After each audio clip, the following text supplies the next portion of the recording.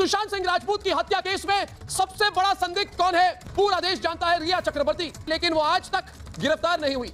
सुशांत की डेथ को लेकर क्यों आखिरकार आज भी सवाल बने हुए हैं और आखिरकार सुशांत केस में सलमान खान हो या करण जौहर हो, क्यों उनको ट्रोल किया गया और कैसे उनका नाम इस पूरे मामले में जोड़ा गया, बताएंगे इस वीडियो में। पर सबसे पहले आपसे अपील करेंगे, अगर आप इस चैनल पर नए हो तो वीडियो को लाइक करो और चैनल को सब्सक्राइब करना मत भूलना, और साथ में इस वीडियो को जितना हो सके शेयर जरूर करना। यहाँ पर सबसे पहले हम आपको यहाँ बता दें कि सुशांत केस को लगभग 3 साल के ऊपर हो चुके हैं। इंडस्ट्री शांत है और सुशांत केस के बारे में इसीलिए आज हम बात कर रहे हैं क्योंकि सुशांत केस होने के बाद उनके घर पे काम करने वाले स्टाफ मेंबर्स हों या फिर उनके घर पे रहने वाले कुछ लोग हों जिनके द्वारा ये बोला गया कि उन्होंने जूस पिया, नारियल पानी पिया, केला खाया, बाद में वो रूम के अंदर चले गए। जब खाना पूछने के लिए उनके कमरे पे जाते हैं तो गेट खोला नहीं जाता है, गेट अंदर से लॉक था, और बाद में कुछ देर के बाद दोबारा हम आए तो हमने चाबी वाले को बुलाया, उसने चाबी बनाई, गेट का लॉक जो था वो तोड़ा, और उसके बाद कहा जा रहा है कि हमने देखा तो सुशांत हमारे बीच नहीं थे।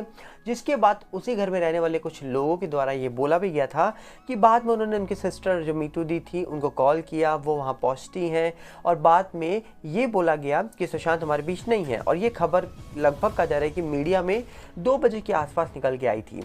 पर सवाल ये उठता है कि आखिरकार अगर ये खबर 2 बजे के आसपास की थी तो फिर ये खबर के बारे में टेलीग्राफ ऑनलाइन एक न्यूज़ पोर्टल है, उन्होंने सुबह 10:03 पे कैसे पब्लिश कर दी थी ये न्यूज़।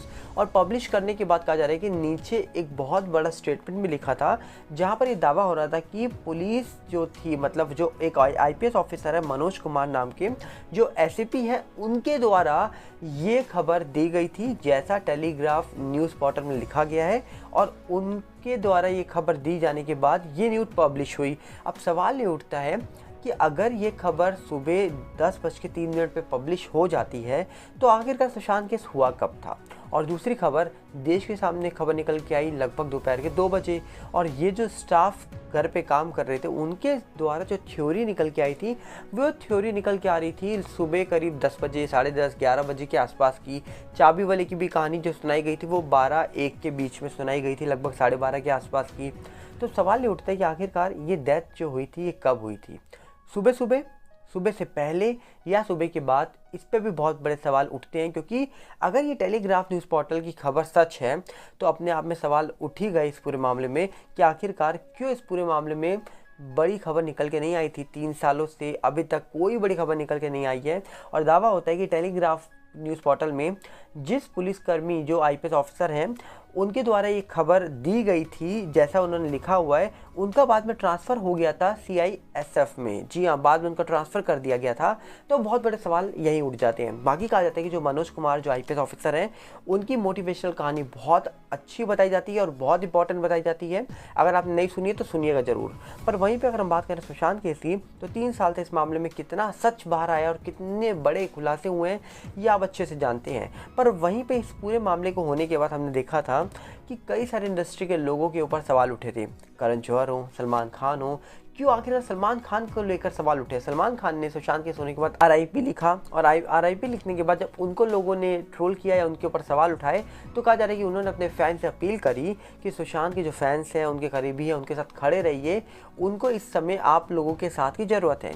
जिसके बाद कहा जा रहा है कि सलमान खान की कुछ वीडियोज़ निकल के आ गई, जहाँ पर कुछ लोगों ने एक वीडियो निकल के आई थी जहाँ पर सलमान अपना पैर हिलाते हैं और कुछ लोगों के द्वारा ये बोला गया कि सुशांत को पैर मार के हटाया गया कि आगे से हटो। मतलब अलग अलग बातें, अलग अलग थ्योरी उस वीडियो को लेकर लोगों ने बताई थी और अलग अलग चीज़ें निकल के आ रही थी, पर पुख्ता तौर पे उस वीडियो को सच क्या था वो आज तक कोई जानता नहीं है। जबकि अलग अलग बातें अलग अलग लोगों ने प्रेजेंट करी थी देश के सामने।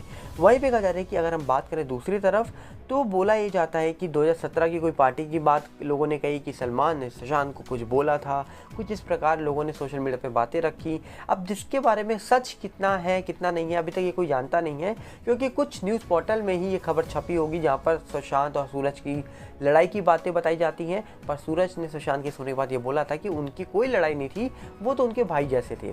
अब सच क्या है झूठ क्या है ये तो फिलहाल वही जाने जिनका नाम इस पूरे मामले में लिया गया था।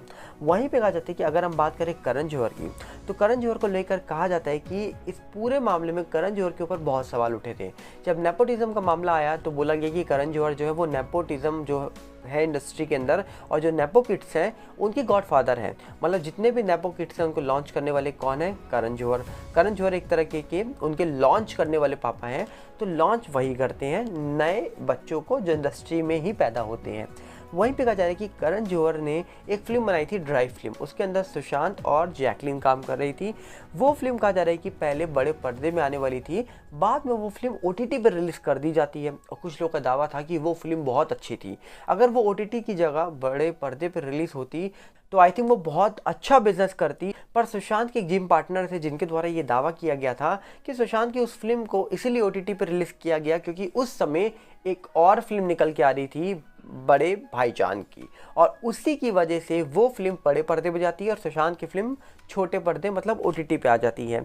तो सवाल ये उठता है कि आखिरकार किसके बोलने पर ये ड्राइव फिल्म OTT पे गई थी? ये भी सवाल बहुत इंपॉर्टेंट है क्योंकि ड्राइव फिल्म दावा होता है कुछ लोगों के द्वारा कि बड़े पर्दे पर रिलीज़ होने वाली थी, जबकि कहा जाता है कि करण जौहर जिससे नाराज़ हो जाए उसकी फिल्म बीच में रोक देते हैं। जैसे कार्तिक आर्यन के बारे में बोला जाता है कि कार्तिक आर्यन की एक फिल्म निकल के आ रही थी दोस्ताना 2।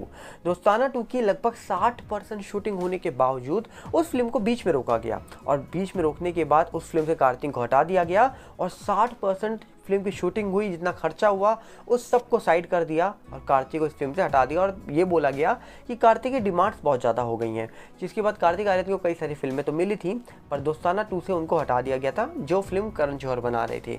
तो इसी प्रकार करण जौहर के ऊपर सवाल तो बहुत सारे उठे थे इस पूरे मामले को लेकर, पर आज भी देखा जाता है कि आखिरकार क्या सुशांत सिंह राजपूत वाले मामले में जिस प्रकार बातें हो रही थी, जिस प्रकार सलमान को लेकर या फिर शाहरुख जो कहा जा रहा है कि सुशांत के बहुत फेवरेट थे उनको लेकर सवाल उठ रहे थे, तो अलग अलग लोगों को लेकर अलग अलग बातें हुई पर किसी ने कभी मुंह नहीं खोला। जबकि कहा जाता है कि इंडस्ट्री के अंदर सिर्फ लोगों ने RIP लिखा और कुछ लोग तो सुशांत का नाम सुनते ही निकल जाते थे, रुकते ही नहीं थे। तो यही लोग सवाल पूछते हैं कि आखिरकार वो लड़का जो आपके साथ इंडस्ट्री में काम करता था, वो लड़का जो शायद आपके साथ उस इंडस्ट्री में आया था कि आप जैसा वो बनेगा और शायद वो आपसे बहुत आगे निकल चुका था, उसके बावजूद सोचिए सुशांत के जाने के बाद लोग फिल्मों की बात करते हैं सुशांत की, पर जब तक सुशांत हमारे बीच थे, सच सच बताइएगा, सोन चिरैया फिल्म हो और इनकी एक और फिल्म निकल के आई थी बख्शी नाम की, ब्योमकेश बख्शी, वो कितने लोगों ने देखी थी ये सच सच बताइएगा। क्योंकि जिस तरीके की उस फिल्म के अंदर जासूस का रोल निभाया और जिस तरीके से सोन चिरैया में उन्होंने एक लड़की बच्ची की जान बचाई, जिस तरीके से उस फिल्मों में कहानी दिखाई गई थी, वो फिल्म बहुत ज़्यादा चलनी चाहिए थी।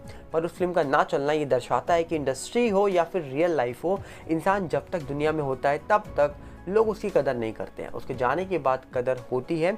और सुशांत के साथ भी मैं यही बोलूँगा कि लोग जो शायद उनकी फिल्में नहीं देख रहे थे, पहले बात करें अगर हम, जैसे सोन चिरैया हो, ब्योमकेश बख्शी हो, जिन्होंने वो फिल्म नहीं भी देखी होगी, उन्होंने बाद में दिल बेचारा इसलिए देखी क्योंकि सुशांत हमारे बीच नहीं थे। पर अगर सुशांत हमारे बीच होते तो सही में क्या आप दिल बेचारा देखते जितना आपने सुशांत के जाने के बाद देखी है? अपने दिल से पूछिएगा ये बात, क्योंकि एक वक्त पर दिल बेचारा के बारे में लोग वेट कर रहे थे कि वो बड़े पर्दे में आएगी, लोग देखने जाएंगे, पर OTT के अंदर भी उस फिल्म ने बहुत पैसा कमाया। क्यों कमाया? क्योंकि सुशांत हमारे बीच नहीं थे और सुशांत के जाने के बाद लोगों ने ये फिल्म देखी। अगर सुशांत हमारे बीच होते तो क्या दिल बेचारा को उतने लोग देखते? आप बताइएगा।